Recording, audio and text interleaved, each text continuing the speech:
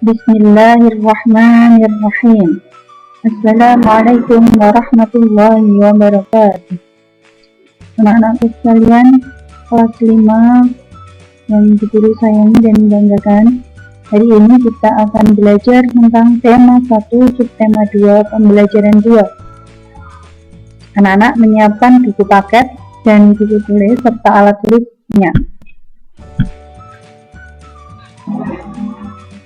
Pada pembelajaran 2 kali ini, kita akan belajar 3 mata pelajaran.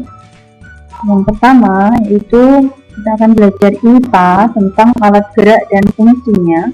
Yang kedua, bahasa Indonesia menentukan pokok pikiran. Yang ketiga, SPDP memahami gambar cerita. Tujuan pembelajaran kita kali ini, yang pertama, siswa mampu memahami tulang sebagai salah satu organ gerak manusia.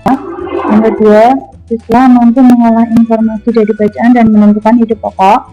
Yang ketiga, siswa mampu menyebutkan nama tulang. Perhatikan gambar. Kegiatan yang nampak pada gambar di atas adalah kegiatan bermain bola. Kegiatan di atas termasuk permainan yang menggunakan alat gerak kaki. Tempat yang aman untuk kegiatan tersebut adalah halaman atau lapangan. Kegiatan yang harus dilakukan sebelum melakukan sepak bola yaitu pemanasan. Harus dilakukan pemanasan lebih dahulu. Selanjutnya perhatikan gambar. Di sini ada gambar organ gerak manusia. Dari atas itu ada tengkorak, kemudian rahang bawah, tulang leher, tulang selangka, tulang belikat, tulang dada, tulang belakang, tulang panggul, tulang lengan, tulang pentil, tulang hasta, tulang telapak tangan, tulang jari tangan.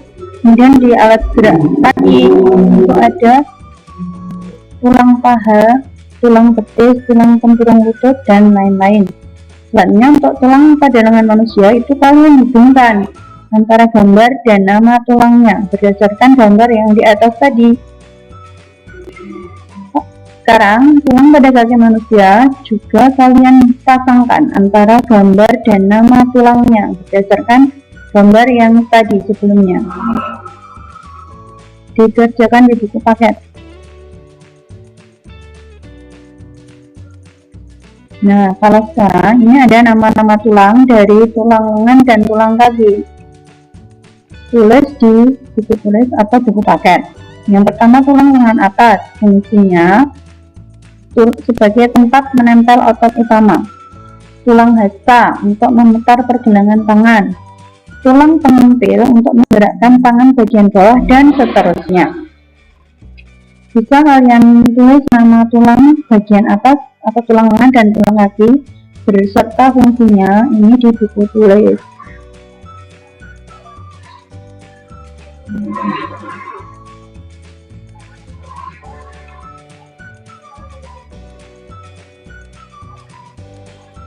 Selanjutnya, bacalah teks yang berjudul Penyandang Cacat yang Sukses. Di sini menceritakan seorang penyandang cacat yang bernama Sidik yang lahir tanpa kaki, tidak mempunyai alat organ gerak berupa kaki. Tapi sejak kecil dia tidak pernah merepotkan orang lain. Dia selalu melakukan semua aktivitasnya sendiri. Selama bertahun-tahun dia bekerja di Yayasan Swaprasidya Purna. Setelah mendapat ijazah, dia bekerja di perusahaan kontraktor. Kemudian dia mengikuti kursus keterampilan dan mendapat sumbangan dari Bunda DKI 1 juta rupiah. Kemudian mulai usaha membuat kerupuk dari singkong. Usaha itu dia mulai dari nol bersama istrinya. Kemudian sebelumnya usaha itu tidak memiliki merek dagang, tapi kemudian dia memberi merek dagangnya dengan nama Cap Gurame.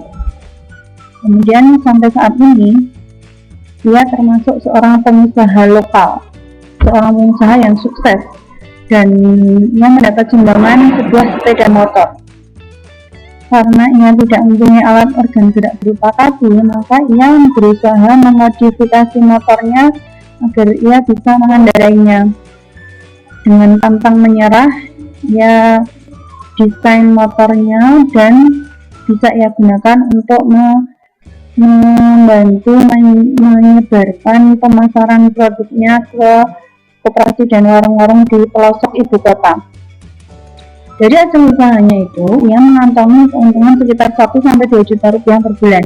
Meski masih kecil, tergolong kecil, apa yang diperbuatnya itu termasuk luar biasa.